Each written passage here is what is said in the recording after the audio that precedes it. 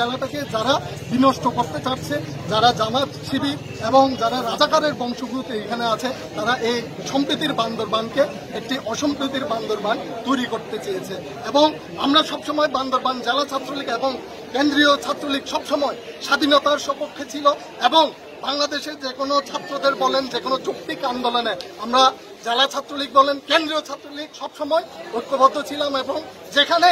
দেশ বিরোধী কোনো কার্যক্রমে আমরা লিপ্ত হবে, স্বাধীনতার বিপক্ষে যখন কোনো কার্যক্রম হাতে নিবে, আমরা ছাত্রলীগ সবসময় প্রতিহত করতে প্রস্তুত থাকব। এবং আজকের এই যারা